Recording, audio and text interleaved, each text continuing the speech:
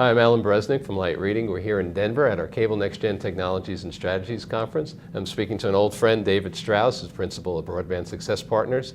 And David's going to tell us about some interesting research that he just presented at our conference 2 days ago at a special workshop about network automation. So, hi, David. Hi, Alan. Right. Good to be here. Good to have you. Tell us about the research, what some of the findings or what some of the drivers are behind network automation right now. Sure.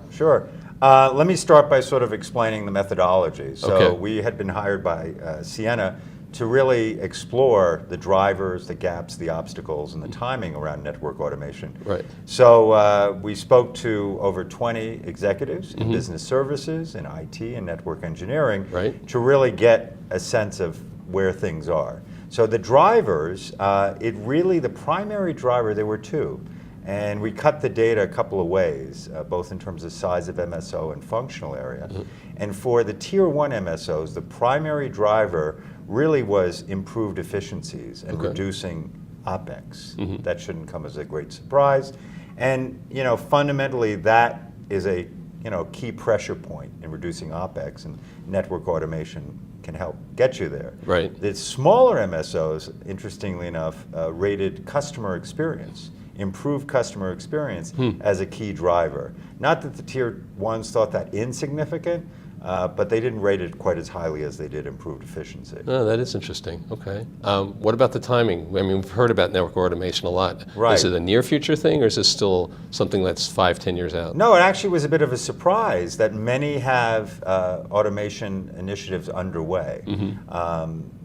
We'd asked this question in terms of next-gen networks or next-gen architecture. We asked the question in terms of core transport networks, and also in terms of enterprise business services. And in all those areas, many of the folks we spoke to have these initiatives underway. What's interesting, and not a surprise, is that the smaller MSOs lag a bit from a timing perspective. And what was also very interesting is that within the area of business services, more of them have initiatives underway than in the other two areas I noted. Wow, okay. So food for thought for our business services conference. Absolutely, So absolutely. What did people identify as the main challenges for them?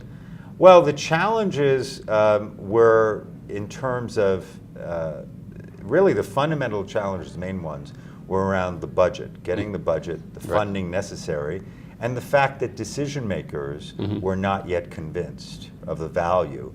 They've lived in a manual world for a while, and until that time that they feel real pain, the view was they're not going to get behind these initiatives. Okay. So, and then of course they control the budget. So those two sort of went hand in hand, across everyone we spoke to, in fact. Next question, you're going to know what's coming by this point. Any surprises? You've never asked me that before. No, the biggest surprise, really goes back to your question about timing, right? I didn't really expect quite as many to say it's well underway or it's partially underway, and it is. So, there is both the talk and the walk, if you will, in this area. Okay, be interesting to do the research again in another year and see how far along they are. I hope we get the chance to do that. Okay, I hope you do too. Okay, thanks, David. Thanks, Alan. Good to talk.